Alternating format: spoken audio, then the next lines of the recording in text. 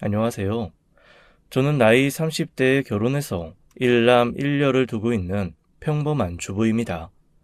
평범한 주부가 겪은 평범하지 않은 사연을 여러분과 나누려고 해요. 우선 제가 결혼할 당시 저희 시댁에 대해서 말씀드려야겠어요. 오늘 들려드릴 이야기가 저희 시집과 관련이 많거든요. 저희 시댁은 강원도, 그야말로 심신산골에서 대대로 살던 집안이었답니다. 조상 때는 강원도에서 화전을 하시기도 하셨고, 시부모님은 작은 밭이나마 가꾸시면서 남동생과 동생들을 키우셨죠. 남편은 삼남 일녀의 맏아들이었답니다. 남편이 맏이지만 바로 아래 동생인 여동생이 먼저 결혼을 해서 제가 결혼했을 때 시댁에는 시동생 둘이 미혼인 상태였어요. 우리 막내 시동생은 시부모님이 아주 늦게 보신 늦둥이랍니다. 우리가 결혼할 당시 겨우 초등학교 4학년이었어요. 제 나이가 30대 초반이었으니 나이로 보면 거의 아들뻘이었죠. 성격이 밝고 부침성이 뛰어난 정말 귀여운 막내 도련님이었답니다.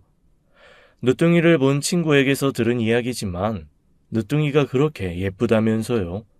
우리 시부모님들을 봐도 정말 그런 것 같았어요. 늦둥이 도련님은 시부모님의 사랑을 듬뿍 받으면서 온 집안의 귀여움을 독차지하면서 자랐죠. 부침성이 좋은 도련님은 저를 처음 보면서부터 잘 따랐어요. 우리 시댁은 요즘 세상에도 하루에 한두 번씩밖에 안 다니는 버스를 타고 구비부기 들어가야 하는 산중에 있었죠. 한번 인사라도 드리려고 찾아뵐라 치면 정말 큰 마음을 먹어야 했어요. 결혼 전에 그렇게 큰 마음을 먹고 찾아뵌 어느 날 방에 있다가 마당에서 들리는 막내 도련님과 시어머니가 하시는 말씀을 듣게 되었답니다. 엄마, 저 아줌마가 형이랑 결혼하려고 온 아줌마야? 얘가 아줌마라니. 아직 결혼 전이니까 아줌마 아니다. 거기다가 형이 안 사람 될 사람이니 너는 형수님이라고 불러야 된단다. 때 묻지 않은 도련님의 촌진한 말에 슬며시 웃음이 나오더라고요. 시어머님은 대답하시면서 매우 당황하시는 것 같았지만요. 도련님이 귀여웠던 저는 결혼 전부터 시댁에 갈 때는 도련님이 좋아하는 뭔가를 꼭 하나씩 손에 들고 갔어요. 하다 못해 서울 아이들이 먹는 과자 부스러기라도 한 봉지 사들고 갔죠. 어릴 때는 또 그렇게 뭔가 사다 주는 사람들을 좋아하게 되잖아요. 생각을 거듭해서 막내 도련님이 좋아할 만한 것들을 고르고 그것을 받았을 때 도련님의 반응을 보는 것이 참 재밌었답니다. 와, 장난감 자동차다. 우리 동네에서 이거 가진 사람 나밖에 없어요. 아줌마, 아니, 형수님, 고맙습니다. 별 말씀을요, 도련님. 재미있게 가지고 노세요. 아줌마, 아니, 형수님, 어른이 왜 나한테 존댓말을 해요? 시어머님은 또 당황하시면서 원래 시동생과 형수 사이에 반말을 안 하는 것이라고 가르치셨죠. 저는 도련님의 이런 아이다운 모습이 참 좋더라고요. 산과 산으로 둘러싸인 어찌 보면 답답하기도 하지만 인공적인 것보다는 자연적인 것들이 더 눈에 많이 보이는 시댁 마을이었어요. 그런 자연의 품에서 도시 아이들과는 다른 감성을 가지고 도시 아이들처럼 얕지 않게 자라가는 도련님의 모습이 보기 좋았죠. 우리는 결혼해서 서울 근교의 작은 도시에 살게 되었어요. 우리가 결혼하고 나서 3년 후 여름에서 가을로 막 넘어가려는 9월 초의 일이었어요.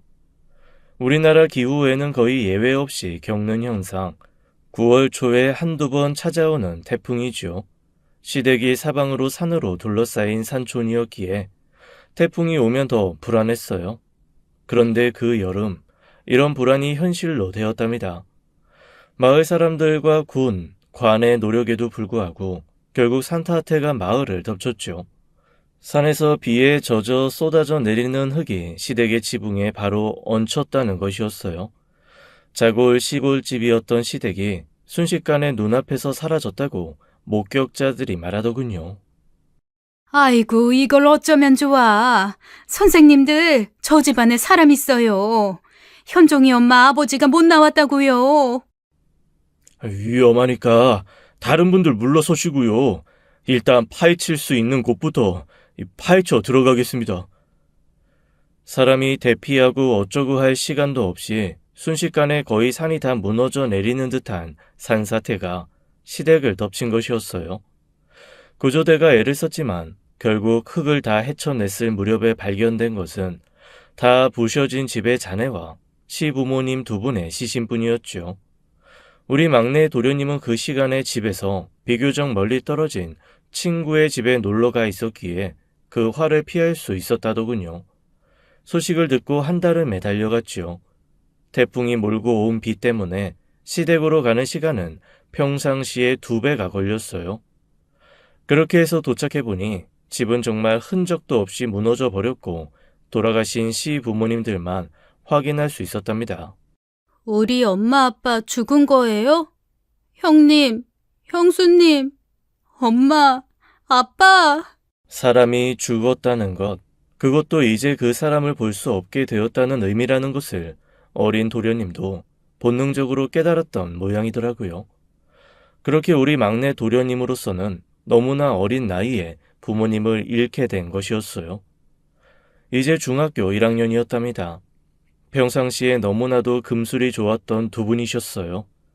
아이고, 평소에 그렇게도 금술이 좋더니 그래서 가는 것도 한날 안시에 간 거유. 저 어린 현종이 가엾소서 어쭈나. 장례를 모시는 동안 남편은 거의 넋이 나간 것 같았고 시누이는 잠깐 실신을 해서 우리 모두를 걱정하게 만들었죠. 어린 막내 도련님은 그저 울기만 하고 있었고요.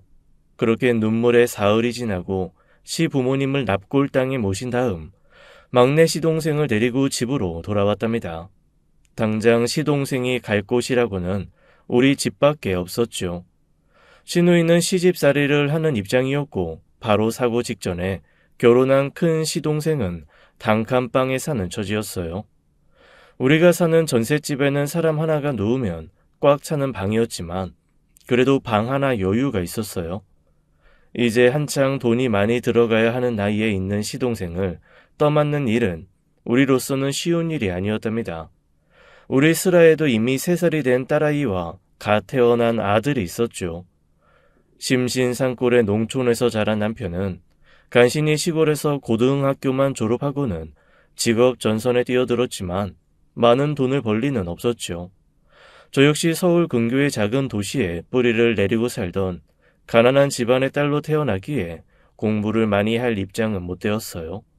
중학교만 마치고 시장에서 작은 야채 가게를 하시는 엄마를 도와드리며 성장했지요. 이미 두 아이가 우리 슬하에 있었던 중에 갑자기 부양할 가족이 하나 더 생긴 것이었답니다. 쉬운 일은 아니었지만 우리 부부는 막내 도련님을 마치 키우는 것은 다른 형제들이 아닌 우리의 몫이라는 것을 잘 깨닫고 있었죠. 남편이 고등학교를 졸업하고 취직한 회사는 작은 인쇄업체였어요. 이곳에 착실하게 다니던 남편이 그곳에서 배운 인쇄 기술을 미천으로 작은 인쇄소를 열었죠. 아무래도 작은 회사의 월급쟁이보다는 사업을 하는 것이 돈을 몇 푼이라도 더 벌 수 있다는 생각에서였죠. 저는 적은 돈이나마 더 벌어보려고 집에 재봉틀을 놓고 수선하는 일을 시작했어요. 어떻게든 한 사람의 입과 교육을 더 책임져야 했으니까요. 영기야, 이거 삼촌은 별로 안 좋아해. 영현이랑 둘이서만 나눠 먹어. 야, 신난다. 삼촌이 우리만 먹으래. 영기, 영현이, 삼촌이 안 드신다고 해도 먼저 드려야지. 얼른 삼촌부터 먼저 드리고 남은 거 너희 둘이 나눠 먹어. 도련님은 자라면서 이렇게 속 깊은 모습을 보여주기도 했어요. 아직도 맛있는 간식거리가 좋을 나이, 그렇지만 조카들에게 안 좋아하는 것이라며 짐진 내어주는 그런 마음씨를 쓸 줄도 알았답니다. 철 모르는 우리 아이들은 그럴 때마다 좋아하다가 저한테 야단을 맞곤 했죠. 물론 이제 중학생인 어린 나이였기 때문에 야단 맞을 일을 하기도 했었죠. 잠깐 동안은 안 좋은 친구들과 어울리면서 공부를 게을리하기도 했었고요. 그럴 때면 남편은 눈물을 머금고 종아리를 때리기도 했어요. 옆에서 보는 저는 맞는 도련님이 안타까우면서도 그렇게 해서라도 바로 키워야 한다는 생각에 눈물을 삼키곤 했었답니다. 그렇게 꼭 부모처럼 우리는 막내 시동생을 키웠어요. 다른 아이들처럼 평범하게 속을 썩이기도 하고 아까 말씀드린 것처럼 조카들을 생각하는 속 깊은 모습을 보여주기도 하면서 그렇게 도련님이 성장했답니다. 나쁜 친구들과 어울려 잠시 공부를 게을리하긴 했어도 도련님은 대부분의 학창 시절 동안 공부도 잘하는 편이어서 우리 부부에게 긍지와 보람을 느끼게 해주었죠. 제 남편도 사실 고등학교 때 공부를 꽤 했지만 집안 사정 때문에 대학을 포기하고 취직을 했던 사람이었답니다. 산골에 대대로 살아온 한미한 집안이기는 했지만 머리가 좋은 집안이었어요. 큰 시동생도 시누이도 모두 공부를 잘했다지요. 나는 집안 사정 때문에 고등학교만 마쳤지만 현종이는 어떻게든 대학을 마치게 해주고 싶은데 당신한테 늘 미안해. 그게 무슨 말이에요? 당신한테 동생이면 당연히 내 동생이죠. 나도 우리 도련님 가능하면 끝까지 교육시키고 싶어요. 우리 애들도 마찬가지고요. 우리가 더 노력하면 돼요. 우리 아이들 둘과 도련님, 이렇게 셋을 키우면서 세월이 흘렀죠. 도련님은 고등학교 성적은 4년제 대학에 들어갈 만한 것이었어요. 그런데 도련님은 굳이 취업률이 좋다는 2년제 대학을 고집하더군요. 빨리 돈을 벌어서 형과 저를 조금이라도 편안하게 해주겠다는 것이었죠. 우리가 말렸지만 도련님이 고집을 꺾지 않더군요. 우리 도련님은 그렇게 2년제 대학을 마치고 중소기업이지만 분위기가 가족적이고 알찬 회사에 취직을 하게 되었어요. 부침성이 좋고 싹싹한 우리 도련님은 회사 생활에도 잘 적응하는 것 같았고 첫 월급을 단 한 푼도 축내지 않고 우리에게 건네더군요. 형님, 형수님, 이거 제 첫 월급이에요. 이제 형수님 부업 그만하시고 제 월급으로 필요한 생활비 메꾸세요. 그동안 키워주셔서 정말 감사합니다. 이건 도련님 장가들 미천으로 저축해둬야죠. 어차피 시작해서 지금까지 해온 일을 뭐하러 그만둬요? 그런 걱정 마시고 결혼할 때 생각해서 저축해두기로 해요. 그래도 도련님은 월급을 한 푼도 축내지 않고 그대로 계속 주더라고요. 저는 도련님이 주는 월급에서 조금만 생활비에 보태고 도련님의 결혼 비용은 착실하게 적금을 부었어요. 도련님은 착실하게 회사 생활을 했고 따라서 작은 회사이지만 빠르게 승진도 했지요. 월급도 그만큼 올랐고요. 저는 부지런히 적금을 부어서 도련님의 결혼 미천을 마련하려고 했었답니다. 회사에 들어간 지 얼마간의 시간이 지나서 도련님의 경사스러운 소식을 전하더군요. 직장에서 결혼하고 싶은 아가씨를 만났다는 것이었어요. 비록 어릴 때 부모님을 잃었다고는 하지만 타고난 선량하고 싹싹한 성품에 우리 부부의 정성스러운 가정 교육으로 자란 우리 도련님이었죠. 양친이 다 안 계신다는 사실에도 불구하고 처가 될 댁에서도 우리 도련님을 마음에 들어 하신다는 것이었어요. 저는 아주 설레는 마음으로 도련님의 결혼 준비를 시작했답니다. 아, 자식을 결혼시키는 마음이 이런 마음이로구나 싶었어요. 상견례 장에도 물론 우리가 나갔죠. 사돈 뗄 분들은 우리 집안의 사정을 이미 들어 잘 알고 계셨고 형님 부부가 사위 될 사람을 훌륭하게 키워주셨다는 치아까지 아끼지 않으시더라고요. 도련님을 키워온 보람을 느끼게 하는 대목이었죠. 도련님이 데려온 며느리 같은 동석감도 제 마음에 쏙 들었어요. 꼭 우리 도련님처럼 선량하고 인상이 좋은 아가씨더라고요. 인사드려. 형님과 형수님이시지만 나한테는 부모님 같은 분들이셔. 아직은 은혜를 못 갚고 있지만 살아생전에 은혜를 갚으려고 해. 형님, 형수님, 인사 받으세요. 아무리 어린 동석감이지만 저를 받고만 있는 것은 예의가 아니죠. 우리 부부와 동석감은 맞절로 첫 인사를 나누었답니다. 그렇게 첫 아이를 결혼시키고 부모처럼 정신없는 결혼 준비 기간이 지나고 결혼식 날이 되어 우리 부부는 혼주석에 앉았죠. 주책 없는 눈물이 흐르려고 해서 정말 혼났어요. 시부모님 생각이 왜 그리 간절한지요. 어린 시동생을 두고 비명에 가셨을 두 분이 새삼스럽게 그립더라고요. 눈물을 안 보이려고 꾹꾹 눌러 참았어요. 그렇게 어렸을 때부터 우리 아이처럼 키워온 도련님이 이제 완전한 성인이 되어 우리 곁을 떠났답니다. 분명히 경사인데 왜 이렇게 허전하지? 집이 왜 이렇게 넓게 느껴지는지 몰라. 당신은 안 그래? 결혼식이 끝나고 신랑 신부를 신혼여행에 떠나보내고는 집으로 돌아왔어요. 남편 말처럼 기쁘면서도 참 허전하더라고요. 그러면서 결혼식 내내 눌러 참았던 눈물이 폭발하더군요. 시동생을 자식처럼 키운다는 일, 쉬운 일은 결코 아니었지요. 그렇지만 최선을 다했고 오늘처럼 좋은 날을 보게 되었는데 시부모님에 대한 그리움과 더불어 그간의 세월이 주마등처럼 스쳐 지나가는데 눈물을 더 참을 수 없더라고요. 데려다가 잘 먹이지도 입히지도 못하고 키웠는데 그런데 그렇게 잘 자라서 이렇게 좋은 날도 보고. 아이, 좋은 날이라면서 울긴 왜 울어? 당신 그러니까 아주 할머니 같아. 그러지 마. 그러는 남편의 눈가에도 살짝 이슬이 맺히는 것을 보았어요. 제가 이렇게 시부모님 생각이 날 때야 남편이 얼마나 더 부모님이 더 그립겠어요. 결국은 남편도 부모님 생각에 그만 눈물을 흘리고 말았답니다. 엄마, 아버지, 현종이 최선을 다해 키워서 며칠 전에 장가들었어요. 엄마, 아버지, 좋으시죠? 이제 현종이 걱정 마시고 편히 쉬세요. 아직 신랑 신부가 신혼여행에 가 있을 기간 중에 우리는 시부모님을 모신 납골 땅에 들려서 기쁜 소식을 전했어요. 그리고 이제 우리 부부가 바라는 것은 단 한 가지뿐이었죠. 그저 도련님이 잘 살기만을 바랬어요. 부모 복이 없는 우리 도련님, 처복도 자식복도 넘치기를 기원했답니다. 아니, 이제 결혼을 했으니 서방님이라고 불러야겠죠. 제가 열심히 적금을 부은 돈과 동서되는 사람이 회사에 다니면서 저축한 돈을 합쳐서 살 집을 마련했죠. 결혼해서 1년쯤 되었을 때 조카가 태어날 것이라는 소식도 전해주었어요. 참 이상하죠. 큰 시동생이 조카가 태어날 것이라고 소식을 전해왔을 때와는 전혀 다른 느낌이었어요.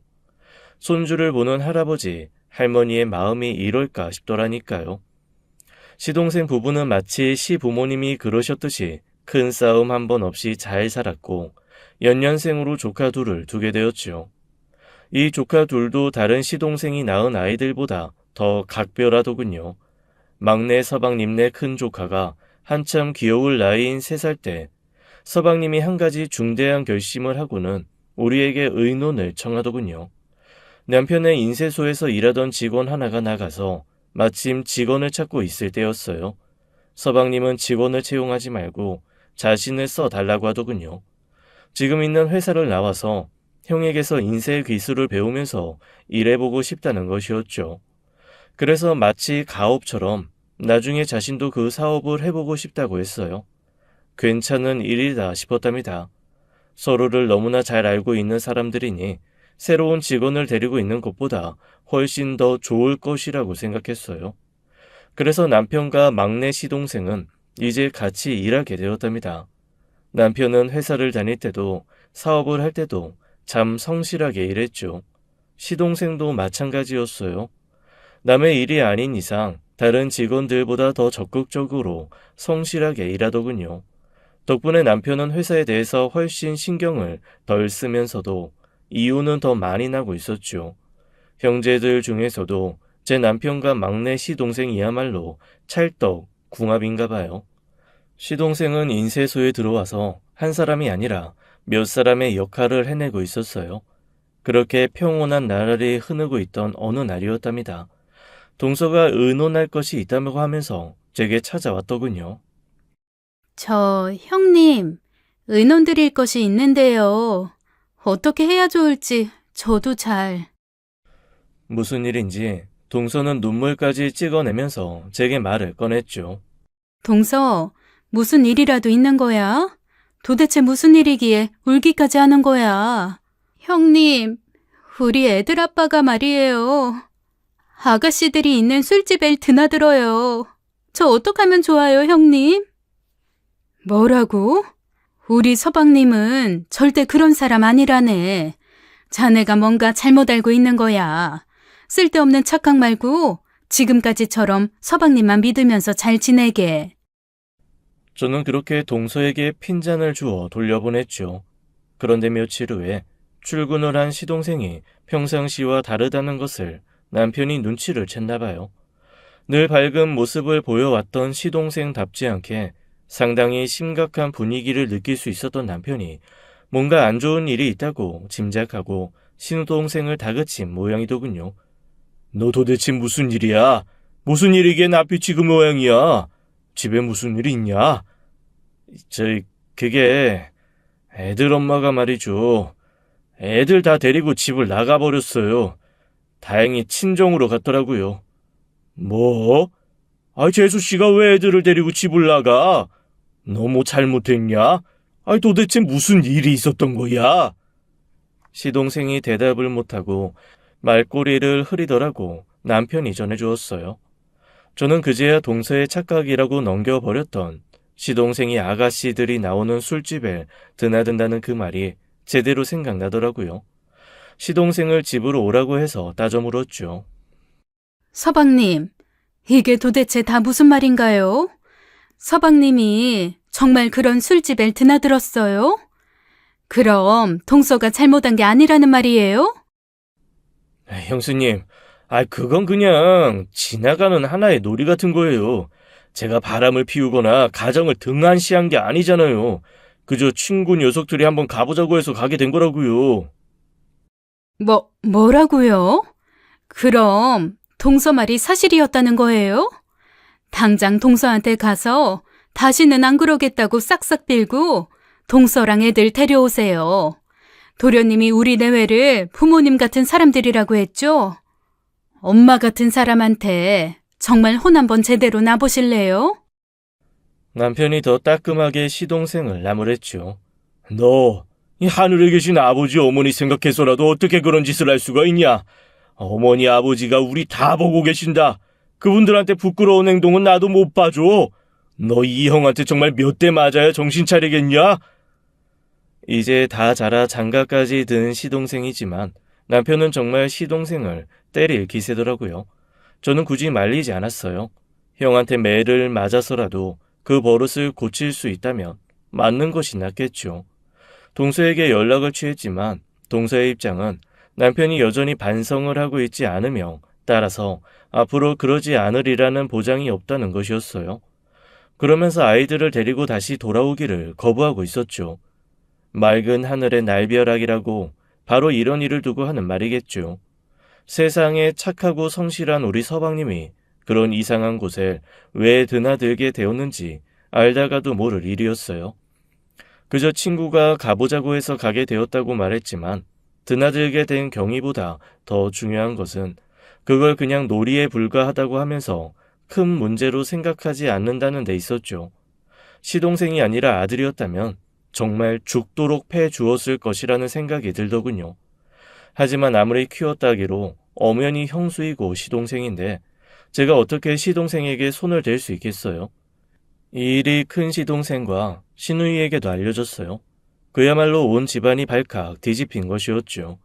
큰 시동생이 참지 못하고 남편보다 먼저 동생의 따귀를 힘껏 때려버렸죠. 우리 집안에 이런 일 없다. 가난하지만 착하고 성실하게 대대로 살아온 집안이야. 네가 어떻게 이런 짓으로 우리 집안을 먹칠을 한단 말이야? 서방님, 사람이 살다가 왜 실수를 못하나요? 충분히 실수할 수 있죠. 그건 누구나 마찬가지예요. 그런데 그 실수를 어떻게 수습하느냐에 그 사람의 인격이 달렸다고 생각해요. 지금까지 일은 실수로 덮을게요.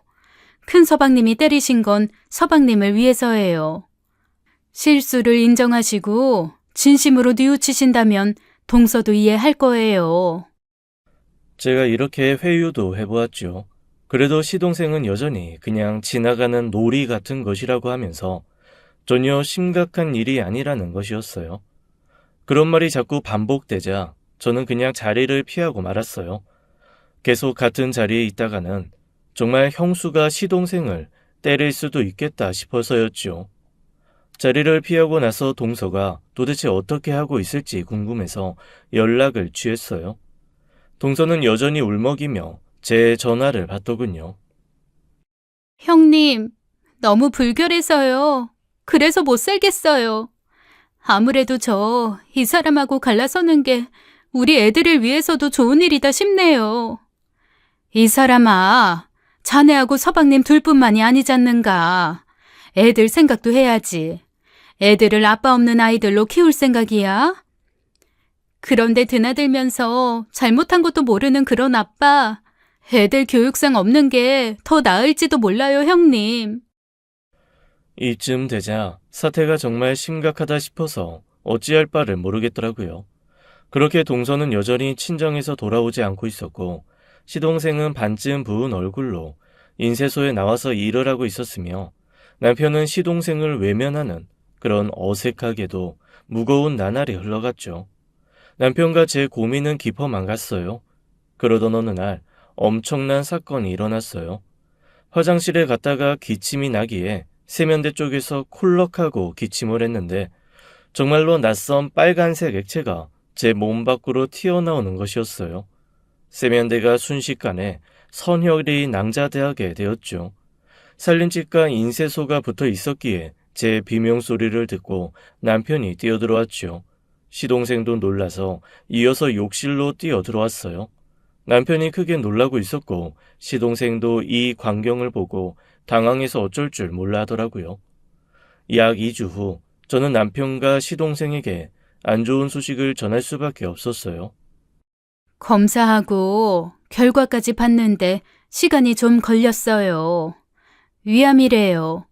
각혈의 원인도 위암이고 치료가 시급하다고 하더군요.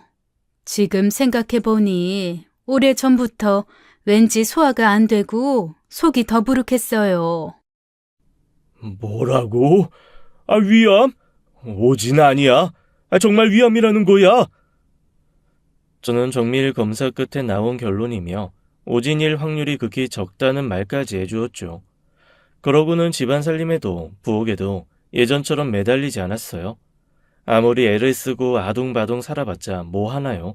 자식처럼 키운 시동생이 그런데 드나들면서 가정이 거의 파괴되어 버리는 그런 꼴이나 보게 되었으니 말이에요. 그렇게 우리 집까지 항폐해지고 있던 어느 날 저는 인쇄소 직원 한 사람으로부터 정말 못 들을 소리까지 듣고 말았죠. 사모님, 이런 말씀 드려야 할지 안 드려야 할지 모르겠는데요. 사장님하고 작은 사장님하고 말이죠. 그게 무슨 일인데 그렇게 어려워하고 그래요? 우리 애들 아버지하고 우리 서방님이 뭐가 어떻다고요? 그게 시내 번화가에 있는 찻집 비슷한 술집 있잖아요. 아가씨들이 일하는데 말이에요. 정말 저도 믿어지지 않은데 두 분이 거기서 다정하게 나오시는 것을 다른 직원도 여러 번 목격했고요. 시내에 사는 아는 사람도 얘기해 주더라고요. 시동생이 그런데 드나든다는 것은 집안이 발칵 뒤집히면서 직원들도 알게 된 사실이었어요. 작은 사장님이 여전히 그런 데를 드나드나 보죠? 형제란 닮는 법이니까 작은 사장님을 우리 애들 아버지로 봤나 봐요. 우리 서방님 어쩌나 여전히 그러시니. 사모님, 그게 아니고요. 두 분이 나란히 나오시는 것까지 본 사람들이 여럿이에요. 아휴, 그럴 리가 있나요? 그건 정말 잘못 봤겠죠. 그런데 직원은 여러 사람의 증언을 종합 정리해주면서 또한 자신도 둘이 다정하게 그 술집에서 나오는 것을 보았다고 말하는 것이었어요. 그리고 그것을 본 다른 직원들까지 불러다가 확인을 시켜주는 것이었죠. 제일 먼저 동서 생각이 나더군요. 저는 먼저 시동생을 불러서 어떻게 된 일인지 물었어요. 시동생이 머뭇거리면서 대답해 주더라고요. 아이, 형님이 저 찾으러 그 술집으로 오셔서 같이 나온 적은 많아요. 그런데 형님이 그 집에 혼자 드나들고 계시다는 소문이 있다는 것은 저도 시장통에 나갔다가 들었어요. 남편이 그런 곳에 드나든다는 것은 이렇게 사실로 판명되고 있었죠. 그러면서 동서 생각이 더 나더라고요. 일부러 시동생 들으라고 인쇄소에 나가서 동서에게 전화를 걸었어요. 동서, 어떻게 지내고 있는 거야? 동서, 일을 어쩌면 좋아. 이제 자네 아주버님까지 서방님하고 같이 그런 데를 드나드신다네. 어머나, 설마요. 형님도 그렇게 많이 편찮으시다는데 아주버님께서 설마요. 우리 남편이 그런다는 것보다 더 믿어지지가 않아요. 설마가 사람 잡는 법이더라고. 서방님이나 자네, 시아주버님이나 누구나 그럴 사람들이 아니라고들 생각하겠지. 근데 본 사람들이 한둘이 아니라네. 내가 동서 마음을 이제야 제대로 이해할 것 같아. 어쩜 좋아요, 형님. 형님 몸도 안 좋으신데 그런 소식까지 듣게 되셨으니 건강이 더 안 좋아지실까봐 걱정이에요. 나는 말이지, 이제 살고 싶은 생각도 없다네. 치료를 할 필요도 못 느끼겠어. 이 꼴을 보면서 살면 뭐하겠나. 그저 빨리 눈을 감는 게 더 험한 꼴 안 보는 길이 될 테지. 동서와 저는 이렇게 서로 신세 한탄을 하며 한참을 통화했어요. 굳이 시동생이 듣고 사태가 심각하다는 것을 깨닫기를 바랬고요. 그리고 인쇄소 직원이 시동생에게 남편이 그곳에 이제는 혼자서도 드나들고 있다는 소문에 대해서 자세하게 설명해 주었던 모양이더라고요. 큰 사장님이 말이죠. 이런 표현 건방지다고 생각하시겠지만요. 달리 표현할 길이 없어서 늦게 배운 도둑질이 더 하다더니만 작은 사장님 없이도 이제는 혼자서 더 많이 그 집에 드나드신대요. 거기서 돈도 물 쓰듯이 쓰시더라는 소문이 파다해요. 시동생이 그런 이야기를 들으면서 적지 않게 놀라는 눈치더군요.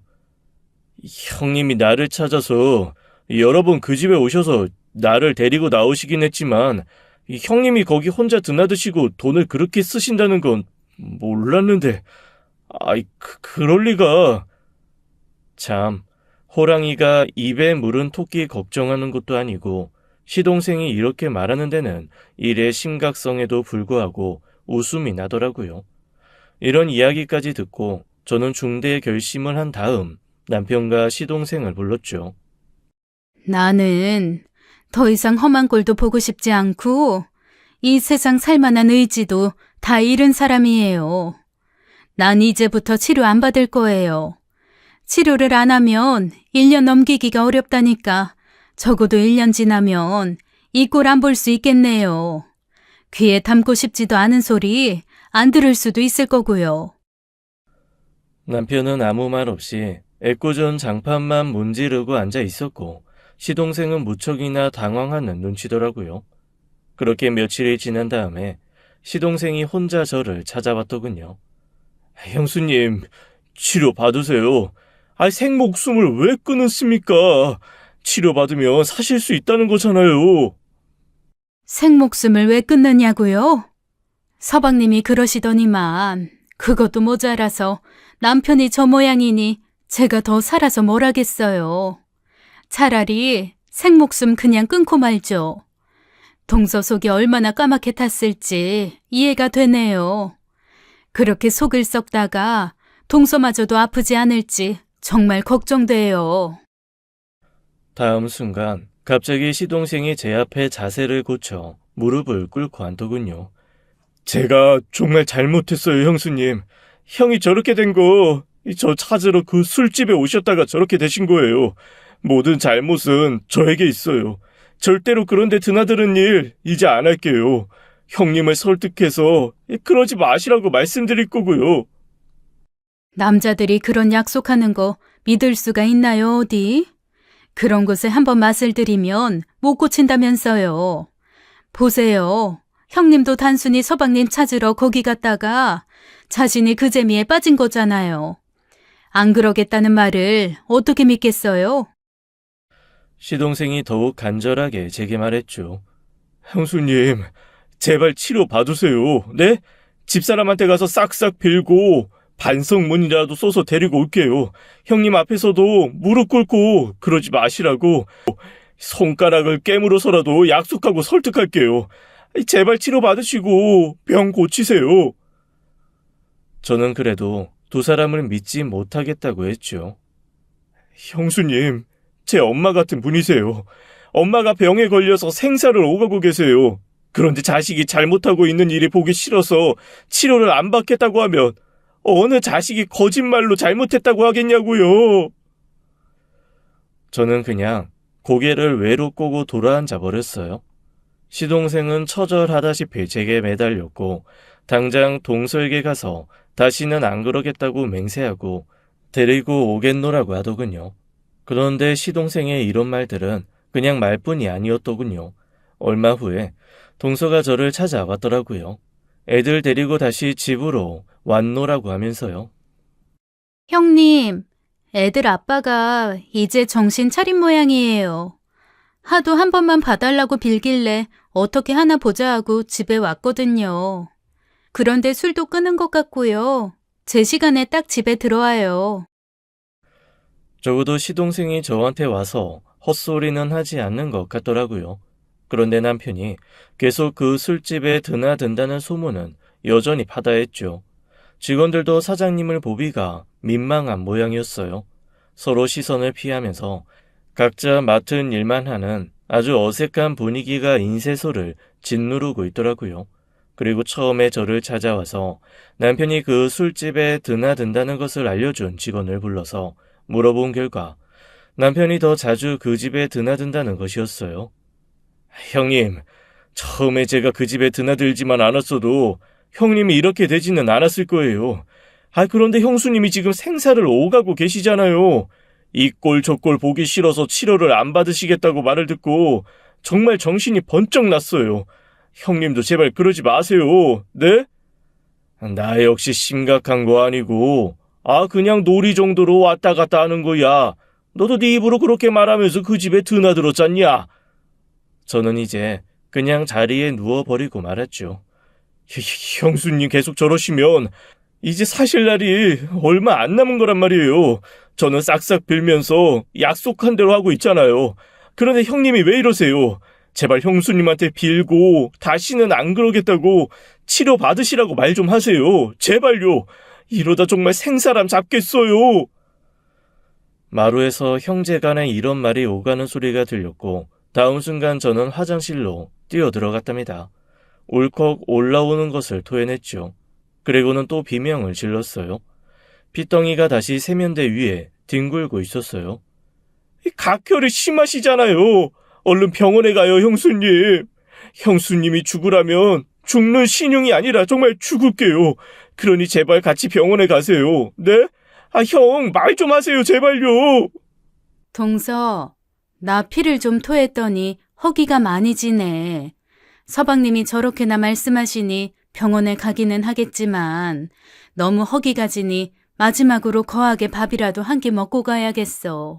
시동생은 옆에서 계속 울고 있었어요.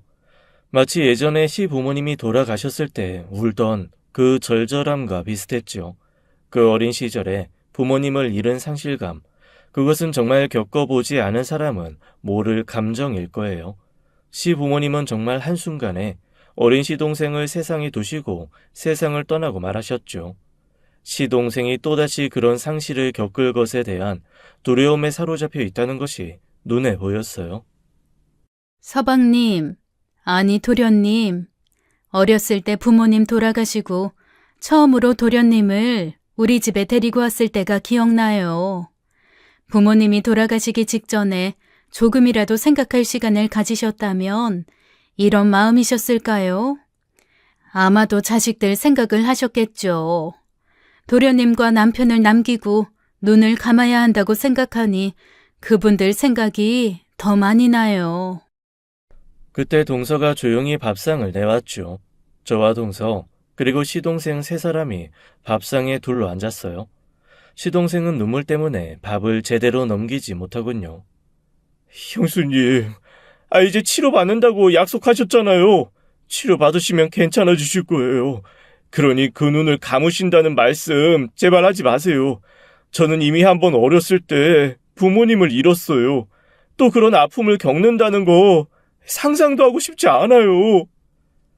남편도 들어와서 밥상을 보고는 앉아서 한술 뜨기 시작했어요.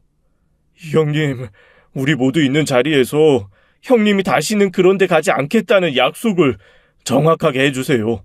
저는 이제 그 버릇 확실하게 고쳤잖아요. 형님만 그러지 않으시면 이제 형수님 정말 치료 받으실 거예요. 서방님이 잘못했다고, 다신 안 그러겠다고 이렇게 여러 번 맹세를 하시니 제가 좋아서 웃음이 다 나오네요. 제 웃음소리를 신호로 여러 사람의 웃음이 터졌지요. 남편이 다음으로 배를 잡고 웃기 시작했고 동서도 웃음을 터뜨렸죠. 다음 순간 정말 황당한 것은 당연히 시동생이었죠. 형수님, 치료도 안 받겠다고 하시고 죽을 날 받아놓으신 분이 웃음이 나오세요? 그리고 당신, 형님, 지금 형수님이 웃으신다고 웃음이 같이 나오느냐 말이야. 이 상황이 지금 얼마나 심각한지 모르는 거예요? 서방님, 여기 죽을 날 안 받아놓은 사람도 있어요? 저기 시장 앞 내거리에 나가서 소리쳐 보세요. 죽을 날 안 받아놓으신 분 이렇게 해요. 손드는 사람 있으면 저한테 좀 데리고 오시고요. 그리고 저는 정말 절실한 마음을 담아 시동생에게 이야기했죠. 서방님, 우리 모두가요. 다들 언제 죽을지 모르는 사람들이에요. 그 선량하게 세상 사시던 부모님이 어떻게 돌아가셨어요? 우리 이제 간다 하고 예고를 하시고 가시든가요? 그분들은 끝까지 가족에게 최선을 다하시면서 사는 날까지 가족들 마음 상하게 하시는 일 없이 사시다 가신 분들이에요. 그분들처럼 사는 날 동안은 내 가족 마음 상하게 하지 말고 서로 위로하면서 행복해야 그분들 보시기에 좋을 거예요.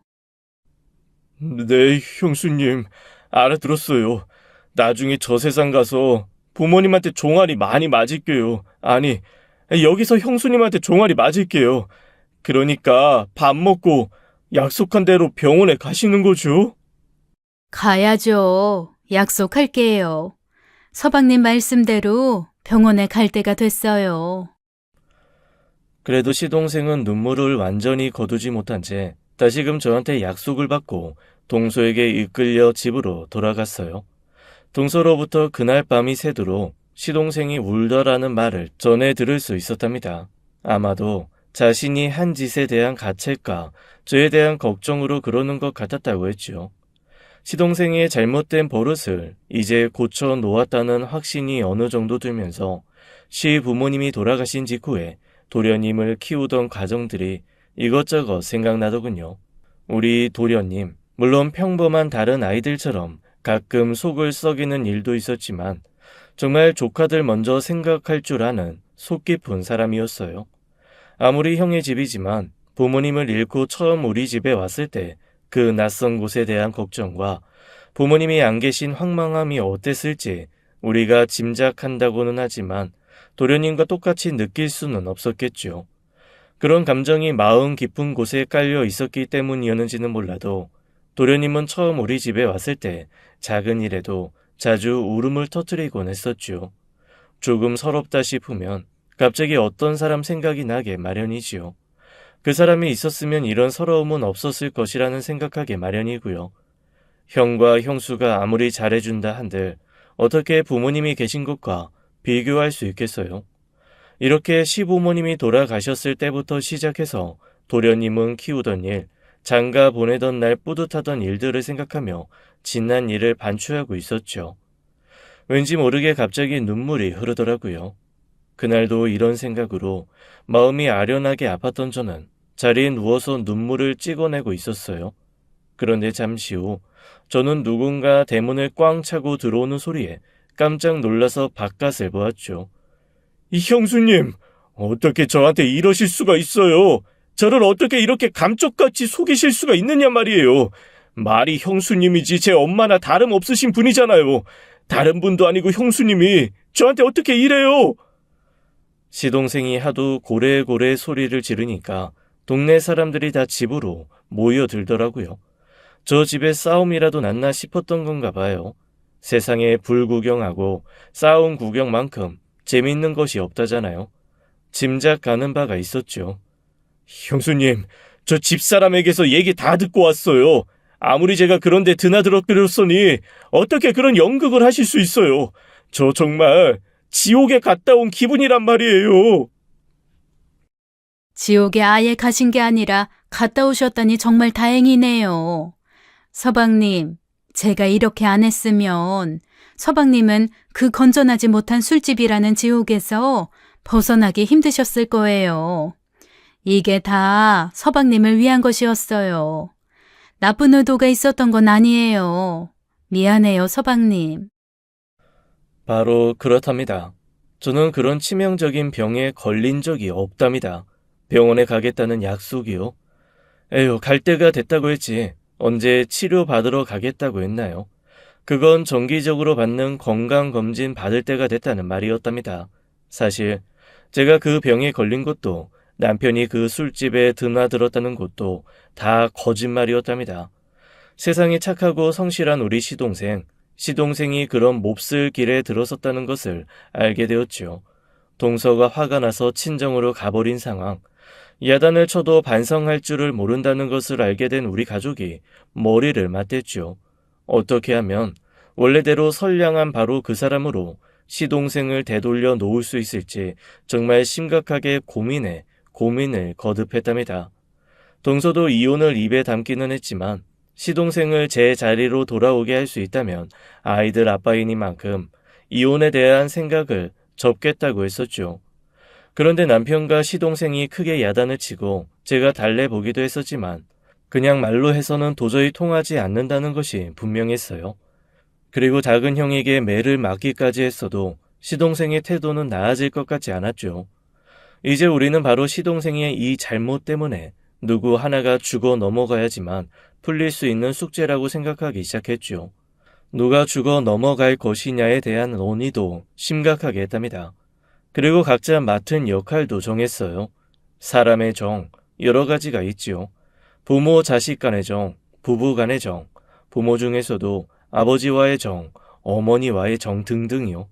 동서에게 죽어 넘어가는 사람의 역할을 맡길까도 생각했어요. 아내가 죽게 생겼다면 아마도 그 버릇 고치지 않을까 생각했던 거죠. 그런데 동서가 말하더군요. 형님은 우리 애들 아빠한테 어머니 같은 분이세요. 아니, 자애로운 어머니세요. 부부 사이라고 한들 키워준 그 어머니의 사랑만 할까요? 그래서 그 역할을 형님이 맡는 것이 가장 좋을 것 같아요. 사람은 부성애보다도 모성애에 끌리는 법이잖아요.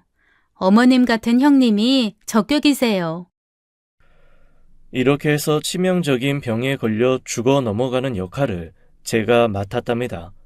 동서는 어떻게든 시동생이 예전 모습으로 돌아오기를 기대하면서 저와 긴밀하게 연락을 취하고 있었어요. 그리고 시동생에게 좀 더 큰 가책을 느끼게 하기 위해서 남편도 그 술집에 드나드는 것으로 만들어야 했지요. 그래서 남편은 직접 그 술집에 가서 시동생을 데리고 나오면서 일부러 남들의 눈에 띄기 쉽게 시동생과 어깨 동무를 하는 등 행동을 크게 하기도 했고요. 그 술집에 드나든다는 소문도 우리 가족들이 짜고 시장통에 먼저 퍼뜨린 것이었어요. 우리보다는 시장에 덜 알려진 동서가 먼저 소문을 만드는데 일조했죠. 그것이 인쇄소 직원들의 귓가에까지 들어갔고 드디어 직원들을 통해서 시동생의 귀에까지 들어간 것이었어요. 그렇게 소중한 우리의 가족인 시동생을 제자리에 돌려놓은 것이었답니다. 아 참, 그러면 어떻게 피까지 토했냐고요? 그건 보약이에요, 보약. 예, 나야. 나 요즘 몸이 많이 허하다. 이제 나이 들어서 어쩔 수 없나 봐. 사람들이 그러는데 사슴고기랑 사슴피가 그렇게 좋다며? 나 그거 구할 수 있는데 좀 가르쳐줘. 그거라도 좀 구해서 먹어야겠다. 별일이다. 그렇게 좋은 것 좀 먹으러 다니자고 해도 남편이랑 자식들 시동생밖에 모르던 애가 알아서 몸에 좋은 것을 찾는다니 말이야. 가르쳐 주는 게 아니라 내가 구해다 줄게. 내가 잘하는 데가 있거든. 그렇게 친구가 사슴고기와 사슴피를 구해주었어요. 각혈은 바로 사슴피를 몰래 욕실에서 마시고 바로 뱉어낸 것이었지요. 사람도 어찌 보면 동물이잖아요. 젖 먹고 크는 동물, 우리 애들이 포유류라고 가르쳐 주었어요. 그 포유류의 피야 다 똑같이 빨간색이죠. 그걸 눈으로 보고 어떻게 구별할 수 있었겠어요? 시동생이 감쪽같이 쏘가 넘어간 것은 당연한 일이었어요. 시동생은 한편으로는 정말 화가 나서 씩씩거리고 있었고, 한편으로는 정말로 지옥에 갔다 온 사람처럼 안도하는 양면적인 모습을 보이고 있었죠. 남편이 그런 시동생을 달렸고 저와 동서는 부엌에서 부지런히 음식 준비를 했어요. 그리고 아주 거한 밥상을 마루로 드렸죠. 그것은 멀리 떠났다가 돌아온 사람한테 해주는 것 같은 잔치상 비슷한 것이었답니다. 아버지에게 먼저 유산을 받아가서 그것을 쓸데없는 곳에 탕진하고 돌아온 아들에게 아버지는 야단을 치는 대신 좋은 옷을 입게 하고 잔치상을 내주었다지요. 나쁜 길에 들어섰다가 제자리로 돌아온 사람에 대한 환영의 의미였을 거예요.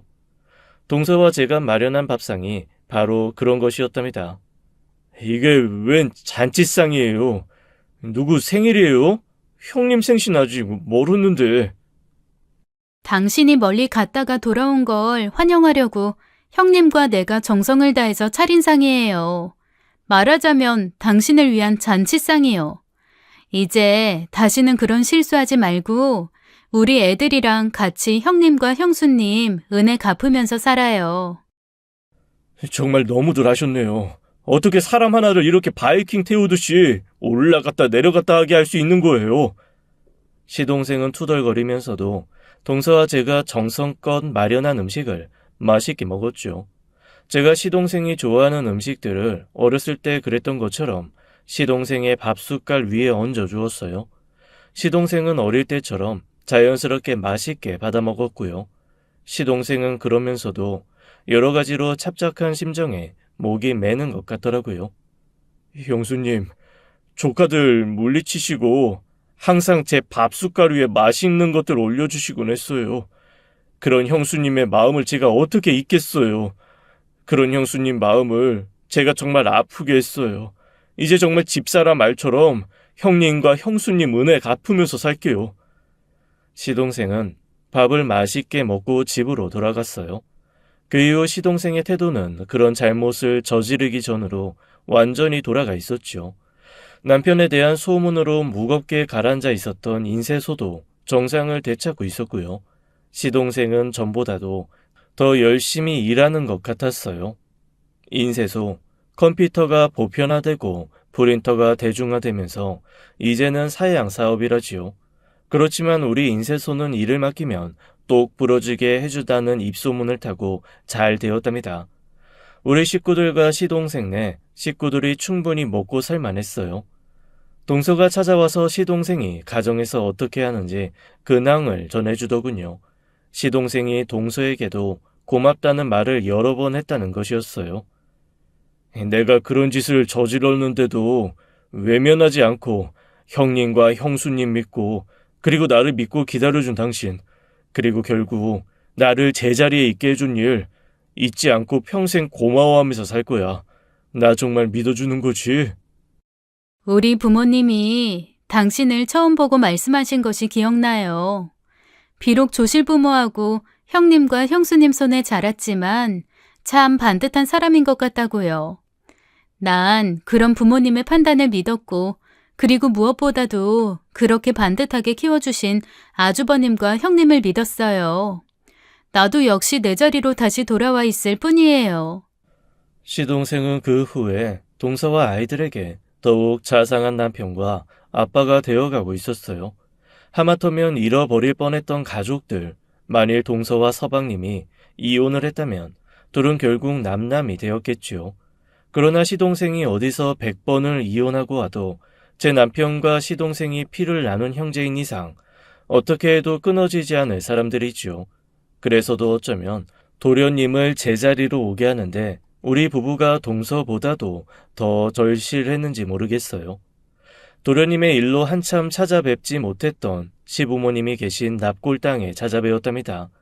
잃었던 막내 아들님을 이렇게 다시 찾아왔노라고 말씀드렸어요. 두 분이 저 위에서 환하게 웃고 계신 것 같았죠. 우리 부부는 도련님을 키우면서 늘 두 분 생각을 했었답니다. 도련님을 키우면서 어려운 일이 닥치면 만일 두 분이 계셨다면 어떻게 하셨을까 하고요. 즉, 도련님은 부모 입장에서 생각을 하려고 했었죠. 그런 우리 부부를 아마 시부모님께서 칭찬해 주시지 않으실까요? 이런 일도 그렇게 두 분의 입장에서 생각하고 만든 일이었어요. 제가 전에 말한 대로 언젠가 될지 알 수 없지만 사람은 누구나 죽을 날을 받아놓고 살죠. 바로 그날 저 높은 곳에 갔을 때 두 분에서 칭찬을 받을 수 있도록 남은 삶도 역시 가족을 생각하며 성실하고 착하게 살 것을 다짐하며 납골 땅을 나왔답니다. 지금까지 사연 읽어주는 남녀였답니다. 끝까지